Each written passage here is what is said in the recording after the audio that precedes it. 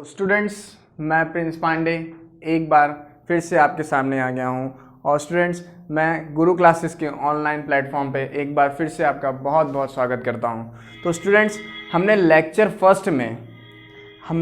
First में हमारा first chapter matter in our surrounding को डिस्कस किया था। और पार्ट फर्स्ट में हमने कुछ टॉपिक्स को उसमें देखा था, जाना था कि मैटर होते क्या हैं और मैटर की कैरेक्टरिस्टिक्स क्या होती हैं, मैटर को हम कैसे पहचानेंगे, ये सब हमने बताया था। और मैटर किस चीज़ का बना होता है ये भी मैंने बताया था। तो स्टूडेंट्स, बस वही लेक्चर को हम कंटिन्यू करते हुए पार्ट सेकंड की शुरुआत करते हैं। तो स्टूडेंट्स, हमारे पार्ट सेकंड में हमारा फर्स्ट टॉपिक जो होगा वो होगा रिजिड एंड फ्लूइड। स्टूडेंट, इसको स्टार्ट करने से पहले एक बार मैं आपको फिर से याद दिलाता हूं कि हमारे चैनल को सब्सक्राइब और लाइक और शेयर करना बिल्कुल ना भूलें, क्योंकि स्टूडेंट्स आप जितना हमारा सपोर्ट करेंगे उतना हम अपना बेस्ट देने की कोशिश करेंगे। तो स्टूडेंट्स, अब ज़्यादा टाइम वेस्ट ना करते हुए हम अपने लेक्चर्स पे आते हैं और अपने टॉपिक स्टार्ट करते हैं। तो स्टूडेंट्स, फर्स्ट टॉपिक हमारा आज का क्या है? Rigid and fluid. रिजिड क्या होता है? मैंने आपसे कल डिस्कस किया था थोड़ा सा। रिजिड क्या होता है? रिजिड मतलब होता है ठोस होता है। मैंने क्या कहा? रिजिड मतलब ठोस होता है। और रिजिड को हम अगर डेफिनेशन की बात करें तो रिजिड का डेफिनेशन क्या होगी? Rigid means unbending and inflexible. Rigid का मतलब क्या होता है? अनबेंडिंग, यानी बिना मुड़ने वाला चीज। अब रिजिड मतलब ठोस, मैंने बोला ना, जैसे कि बोर्ड हो गया, ठीक है, ये भी रिजिड है। या आप वो ले लो, आयरन ले लो, लोहा। ये बताइए कि आयरन को आप क्या मोड़ सकते हैं? नहीं मोड़ सकते, तो वो क्या हो गया? रिजिड हो गया। तो रिजिड मतलब क्या बोल रहा है कि rigid means unbending and inflexible. लोहे को ना ही आप मोड़ सकते हो और ना ही आप खींच सकते हो। इनफ्लेक्सिबल का मतलब कि वो खिंचाएगा भी नहीं। क्या आप लोहे को मोड़ सकते हो? नहीं ना। क्या खींच सकते हो? नहीं ना। तो वही होता है क्या? लोहा हमारा रिजिड बॉडी होती है। ठीक, अब आते हैं फ्लूइड क्या होता है। तो स्टूडेंट्स, फ्लूइड का मतलब होता है, लिखा है यहाँ पे देख लीजिए, fluid means a material which can flow easily and requires a vessel और container to keep it. Students, fluid का मतलब होता है एक ऐसा मटेरियल होता है जो कि आसानी से फ्लो हो सके, बह सके। फ्लो का मतलब बहना। फ्लूइड एक ऐसा मटेरियल जैसे कि पानी हो गया, हमारा दूध हो गया, जितनी भी लिक्विड चीजें हो गई। और स्टूडेंट्स, मैं आपको बता दूं कि फ्लूइड का मीन्स यहाँ पे क्या लिखा है कि अ material which can flow easily and requires a vessel और कंटेनर टू कीप इट। क्या बोल रहा है कि फ्लूइड वो चीज होती है जो कि आसानी से फ्लो हो सके और उसको रखने के लिए वेसल की जरूरत पड़े। वेसल क्या होता है? कंटेनर मतलब जैसे कि हम ग्लास लेते हैं, लोटा, जो भी होता है हमारे पास, उसको रखने के लिए हमको कंटेनर की जरूरत होती है। ठीक है, वो हमारा क्या होता है? फ्लूइड होता है। और स्टूडेंट्स, बता दूं, liquids and gases are known as fluids. यहां पे इंपॉर्टेंट पॉइंट आप नोट कर लीजिए, लिक्विड और गैस, हमारे जो लिक्विड और गैस जो होते हैं वो किस में आते हैं? फ्लूइड्स में आते हैं। इन दोनों को हम क्या कह सकते हैं? फ्लूइड्स कह सकते हैं, क्योंकि ये लिक्विड्स भी आसानी से फ्लो हो सकता है और गैस भी आसानी से फ्लो हो सकता है। ठीक है, अब आते हैं, matter exist in the 3 physical state. मैंने आपको कल बताया था कि मैटर जो है 3 फिजिकल स्टेट्स में एग्जिस्ट होते हैं, यानी होते हैं। किस किस में? सॉलिड में, लिक्विड में और गैस में। तो स्टूडेंट्स, मैं आपको बता दूं कि मैटर किस किस में होते हैं? सॉलिड, लिक्विड एंड गैसेस में। कल मैं आपको बोला था कि सॉलिड के बारे में भी हम ब्रीफली डिस्कस करेंगे कि सॉलिड होते क्या हैं, लिक्विड क्या होता है और गैस क्या होता है। तो स्टूडेंट्स, सॉलिड के बारे में हम लिक्विड डिस्कस करते हैं। प्रॉपर्टीज ऑफ सॉलिड्स, यानी सॉलिड्स के गुण, हम सॉलिड्स को कैसे पहचानेंगे। ठीक है स्टूडेंट्स, तो फर्स्ट प्रॉपर्टी क्या बोलती है? Solids have a fixed shape and volume. Solid के पास एक फिक्स्ड शेप होता है, यानी एक फिक्स्ड आकार होता है, और वॉल्यूम यानी घनत्व जिसको कहते हैं, घनत्व नहीं, वॉल्यूम यानी आयतन। ठीक है, तो students, solids have a fixed shape and volume. Solid के पास एक फिक्स्ड शेप और एक वॉल्यूम भी होता है। जैसे हमारे ये बोर्ड ही हो गया, हम हर बार बोर्ड का एग्जांपल लेते हैं क्योंकि सामने आपके है, आप देखते भी रहिए इसको। सॉलिड्स के पास एक फिक्स्ड शेप होता है, यानी इसका, इस बोर्ड का क्या है? एक फिक्स्ड शेप है, और इसका एक फिक्स्ड वॉल्यूम भी है। वॉल्यूम का मतलब क्या होता है स्टूडेंट्स? वॉल्यूम का मतलब क्या होता है यानी एक एरिया में आने वाला जो पूरा टोटल प्रोडक्ट है उसी को हम क्या कहते हैं, वॉल्यूम कहते हैं। तो students solids have fixed shape and volume, ये इसकी फर्स्ट प्रॉपर्टी। सेकंड प्रॉपर्टी हमारा क्या होता है, सॉलिड्स को हम कैसे जानेंगे, solids can not be compressed, solids को हम कंप्रेस नहीं कर सकते। कंप्रेस का मतलब दबा नहीं सकते हैं, सॉलिड्स को हम दबा नहीं सकते। तो स्टूडेंट्स जैसे कि लोहा मैंने कहा था, आयरन, क्या हम उसको दबा सकते हैं, नहीं दबा सकते, तो वो हमारा क्या हो गया, सॉलिड्स होगा। अब students solids have high density, they are heavy, solid के पास हाई डेंसिटी, जैसे कि मैंने घनत्व कहा वही होता है डेंसिटी, डेंसिटी को हम कहते हैं घनत्व, और वो क्या होते हैं, हैवी होते हैं, यानी बहुत भारी भी होते हैं, जैसे कि लोहा ही हो गया, बोर्ड हो गया, ये सब क्या है, इनके पास हाई डेंसिटी है। अब आप पूछेंगे कि सर डेंसिटी क्या होता है, तो मैं डेंसिटी को भी बताता हूं। यहाँ पे देख लीजिए स्टूडेंट्स कि डेंसिटी का मतलब क्या होता है, डेंसिटी इज इक्वल्स टू होता है मास अपॉन वॉल्यूम, ठीक है students, mass upon volume. Density को हम रो से दिखाते हैं, मास m से दिखाते हैं, वॉल्यूम को v से दिखाते हैं, यानी पर यूनिट वॉल्यूम में आने वाला मास यानी आने वाला भार, आने वाली चीज, वही क्या होती है, डेंसिटी होती है। जैसे कि हम ले ले एक ग्लास में वाटर ले लेते हैं, उसमें जितना एक ग्लास, एक उसकी कोई वॉल्यूम होगी, उसमें जितना जो पार्टिकल आएगा, वाटर के जितने मॉलिक्यूल आएंगे वही उसकी क्या बताएगा, डेंसिटी बताएगा। पर यूनिट वॉल्यूम में, छोटे से वॉल्यूम में जितना मास यानी जितना प्रोडक्ट आ जाए वही उसकी क्या बताता है, डेंसिटी बताता है। आप इस फॉर्मूले को नोट कर लीजिए कि डेंसिटी इज इक्वल्स टू होता है मास अपॉन वॉल्यूम। तो स्टूडेंट्स अब हमारा थर्ड हो गया, फोर्थ की बात करते हैं। फोर्थ प्रॉपर्टी हमारा क्या है, solids do not fill their container completely.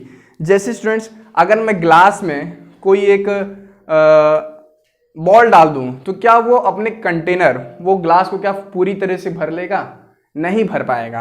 तो वही ये बोल रहा है फोर्थ प्रॉपर्टी कि solids do not fill their container completely, solids अपने कंटेनर को कंप्लीटली नहीं भरता, ठीक है। और फिफ्थ हमारा जो प्रॉपर्टी है, solids do not flow, solid जो है फ्लो भी नहीं करता, सॉलिड जो है बहता भी नहीं है।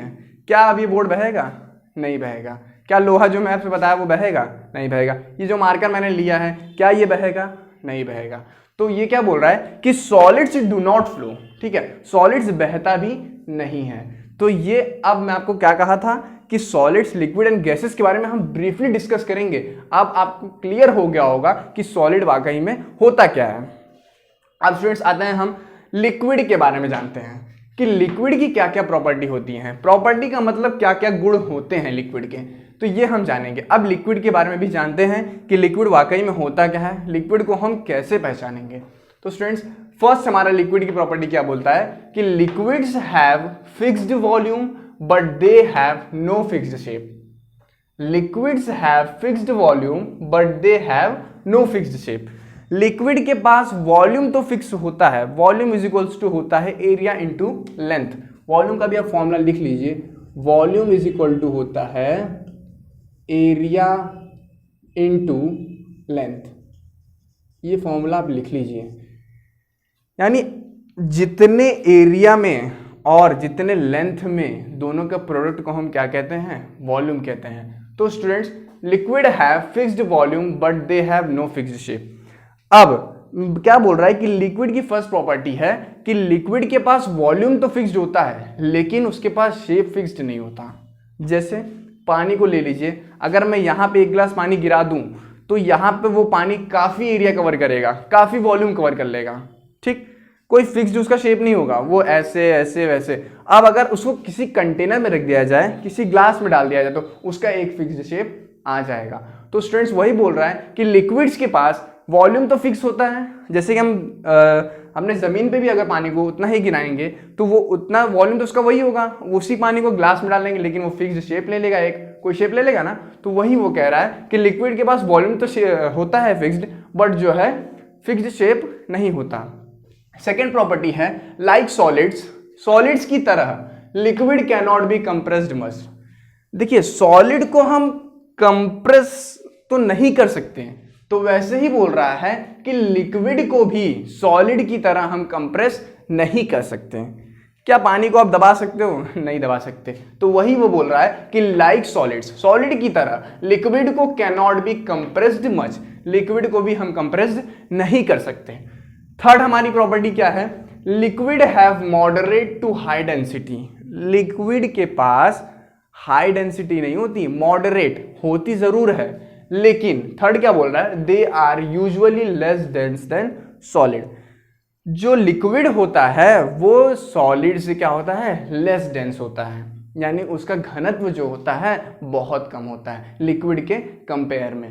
क्यों होता है? क्योंकि उसके जो मॉलिक्यूल्स होते हैं, उसके जो पार्टिकल्स होते हैं, वो लिक्विड के कंपेयर में काफ़ी दूर दूर होते हैं, और सॉलिड्स के जो पार्टिकल होते हैं वो एक दूसरे से चिपके होते हैं इंटर पार्टिकल फोर्स के थ्रू। होता है लिक्विड के बीच में भी वो फोर्स है, लेकिन उनके बीच में थोड़ा सा वो फोर्स वीक होता है, इसलिए उसके पार्टिकल्स जो हैं थोड़े दूर दूर होते हैं। तो इसलिए जो है लिक्विड जो है वो सॉलिड से लेस डेंस है। अब फोर्थ प्रॉपर्टी क्या है? Liquids do not fill their container completely, liquid भी अपने कंटेनर को कंप्लीटली नहीं भरता। क्या अगर मैं 10 ग्राम पानी ले लूं और उसको किसी भी कंटेनर में डाल दूं, अगर ग्लास में डाल दूं, तो क्या वो पूरी तरीके से उसको भर लेगा? नहीं भर पाएगा। तो वही वो बोल रहा है कि liquids do not fill their container completely, liquid भी अपने कंटेनर को कंप्लीटली नहीं भरता। फिफ्थ जो बोल रहा है पॉइंट, वो liquid generally flow easily, liquids तो आसानी से बह सकता है यार, आप जानते ही हो, पानी को आप बहा दीजिए आराम से बह जाएगा, लेकिन सॉलिड नहीं बहता। तो यही दोनों में क्या हो गया? डिफरेंस भी हो गया। तो आप स्टूडेंट्स ये सब चीज़ें भी जान लीजिए कि उसमें क्या क्या डिफरेंस भी मिल रहा है, इसको भी आप नोट करते हुए चलिएगा, ठीक है। अब आते हैं हम गैस की बात करते हैं कि गैस की क्या क्या प्रॉपर्टीज़ हैं। स्टूडेंट्स मैं बता दूं कि हमने लिक्विड को डिस्कस कर लिया और सॉलिड को डिस्कस कर लिया, अब आती है गैस की बारी। तो गैस की बारी में हम देख लेते हैं कि गैस की क्या प्रॉपर्टीज होती हैं। Gases have neither fixed shape और नॉर वॉल्यूम, गैस के पास भी फिक्स्ड शेप नहीं होता और ना ही वॉल्यूम नहीं होता। सॉलिड के पास क्या था? फिक्स्ड शेप भी था और वॉल्यूम भी फिक्स्ड था, बट लिक्विड के पास फिक्स्ड वॉल्यूम तो था, बस फिक्स्ड शेप नहीं था। अब गैस के पास क्या बात आती है स्टूडेंट्स कि गैस के पास ना ही उसका शेप ही फिक्स्ड होता है और ना ही उसका वॉल्यूम भी फिक्स्ड होता है, ना ही उसका आकार फिक्स्ड होता है और ना ही उसका आयतन फिक्स्ड होता है, ठीक है। सेकंड पॉइंट हमारा क्या बोल रहा है? Gases can be compressed easily, gases को हम आराम से कंप्रेस कर सकते हैं, यानी आराम से दबा सकते हैं। जैसे कि बलून में आप गैस भरते हो तो उसको दबा सकते हो कि नहीं? तो वही बोल रहा है कि गैसेस को हम आराम से कंप्रेस कर सकते हैं, दबा सकते हैं। थर्ड पॉइंट क्या है? Gases has very low densities, gases के पास बहुत कम डेंसिटी होती है, बहुत बहुत बहुत कम। क्यों होती है? क्योंकि गैसेस के जो पार्टिकल्स होते हैं वो सॉलिड के कंपेयर में और लिक्विड के कंपेयर में बहुत दूर दूर होते हैं। अगर आप आगे फोर्थ पॉइंट में हम डिस्कस करेंगे कि gases fill their container completely, gases जो है अपने कंटेनर को कंप्लीटली फिल कर लेता है। जैसे कि आप अगर बलून में थोड़ी सी गैस डालेंगे तो पूरे बलून में वो गैस फैल जाएगा। क्यों? क्योंकि उसके पार्टिकल्स बहुत दूर दूर तक होते हैं। तो वही बोल रहा है कि gases fill their container completely, gases अपने कंटेनर को जो है पूरी तरीके से भर लेता है। गैसेस फ्लो इजीली, गैस तो और भी आसानी से जो है फ्लो हो सकता है और आसानी से बह सकता है। इस रूम में अगर थोड़ी सी आप गैस छोड़ देंगे तो पूरा का पूरा रूम कवर करने में उसको ज़्यादा टाइम नहीं लगने वाला, ठीक है। तो स्टूडेंट्स आपको समझ में आया कि सॉलिड्स क्या होता है, लिक्विड क्या होता है और गैस क्या होता है। तो और तीनों में डिफरेंस भी क्या क्या है वो भी मैं आपको इसी में बता दिया, ठीक है। अब आते हैं व्हाई सॉलिड्स। अच्छा ये बताइए, आपके दिमाग में ये क्वेश्चन जरूर आ रहा होगा कि क्यों सॉलिड, लिक्विड और गैस के प्रॉपर्टीज अलग अलग क्यों है भाई? Why solids, liquid and gases have different properties, उसके प्रॉपर्टीज डिफरेंट क्यों है? इसकी एक छोटी सी थ्योरी है, according to kinetic theory of matter. Kinetic theory क्या होती है मैं बताता हूं। According to kinetic theory of matter, the particles of matter are in continuous motion and possess kinetic energy. क्या बोल रहा है कि काइनेटिक थ्योरी के अकॉर्डिंग, मैटर के काइनेटिक थ्योरी के अकॉर्डिंग जो पार्टिकल्स जो होते हैं वो कॉन्टिन्यूअस मोशन में होते हैं। क्या होते हैं? कॉन्टिन्यूअस मोशन में होते हैं। और सॉलिड्स के कम मोशन में होते हैं, यानी ज़्यादा मोशन नहीं कर पाते हैं, और लिक्विड के उससे थोड़ा ज़्यादा मोशन में होते हैं, और गैस के अच्छे खासे मोशन में होते हैं, बहुत स्पीड मोशन करते होते हैं। ठीक है, तो इसी की वजह से इन सब की प्रॉपर्टीज़ क्या होती है? अलग होती है, और ये क्या करते हैं? काइनेटिक एनर्जी प्रोड्यूस करती हैं। काइनेटिक एनर्जी क्या होता है स्टूडेंट्स? मैं आपको बता दूं कि काइनेटिक एनर्जी का मतलब होता है कि kinetic energy is equal to होता है हाफ mv²। यानी स्टूडेंट्स मैं बता दूं कि काइनेटिक एनर्जी पूरी की पूरी उस पार्टिकल के स्पीड पे डिपेंड करती है, क्योंकि उस पार्टिकल का मास कांस्टेंट होगा, यानी मास कभी नहीं बदलता, ये आप ध्यान रखिएगा, मास कभी नहीं बदलता। और 1/2 अगर लिखा है तो 1/2 ही होगा। यानी काइनेटिक एनर्जी किस पे डिपेंड कर रही है? वेलोसिटी पे डिपेंड कर रही है, यानी स्पीड पे डिपेंड कर रही है।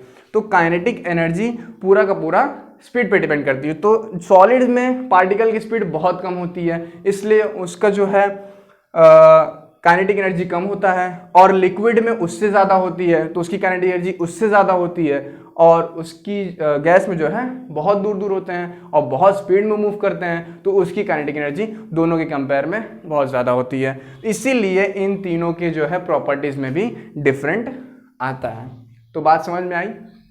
अब बात करते हैं डिफ्यूजन की। डिफ्यूजन क्या होता है? नाम से लग रहा होगा कि टकराना ही डिफ्यूजन होता है। ठीक है, बात सही है, लेकिन हम पार्टिकल मैटर के बारे में पढ़ेंगे कि मैटर में कैसे डिफ्यूजन होता है। ठीक है, क्या लिखा है? The spreading out and mixing of a substance with another substance. The spreading out, the spreading out का मतलब फैलना, सब्सटेंस का फैलना, और and mixing of a substance, और सब्सटेंस का मिक्स होना, विथ अनदर सब्सटेंस, दूसरे सब्सटेंस से, due to motion of its particle, उस पार्टिकल के मोशन की वजह से। सब्सटेंस का जो है फैलना और सब्सटेंस का जो है मिलना दूसरे सब्सटेंस से, यानी दो सब्सटेंस का हम कंपेयर करेंगे तभी जाके डिफ्यूजन की बात होगी। एक सब्सटेंस का फैलना दूसरे सब्सटेंस के कंपेयर में, और दोनों सब्सटेंस का मिलना, दोनों सब्सटेंस का मिलना हमारा क्या बताता है? डिफ्यूजन बताता है। ठीक है स्टूडेंट्स, क्यों? क्योंकि पार्टिकल जो है लगातार मोशन करते हैं। क्योंकि देखिए सॉलिड में होता है शुगर और लिक्विड में होता है वाटर, तो दोनों का हम मिक्स करते हैं, दोनों का पार्टिकल्स क्या होता है? मोशन में होता है, उसको हम डिफ्यूजन प्रोसेस भी कह सकते हैं। वो दोनों आपस में कुछ टाइम बाद मिक्स हो जाते हैं, तो वहाँ पे क्या होता है? डिफ्यूजन होता है। स्टूडेंट्स एक बात नोट कर लीजिए कि diffusion is fastest in gases and slowest in solid. Diffusion जो होता है वो गैस में बहुत स्पीड होता है। क्यों होता है? यही इसका रीज़न है कि डिफ्यूजन गैस में इसलिए फास्ट होता है क्योंकि गैस के जो मॉलिक्यूल्स, जो पार्टिकल्स होते हैं बहुत दूर दूर होते हैं। ठीक है, तो उसमें डिफ्यूजन होना जो प्रोसेस है बहुत ही आसान होता है।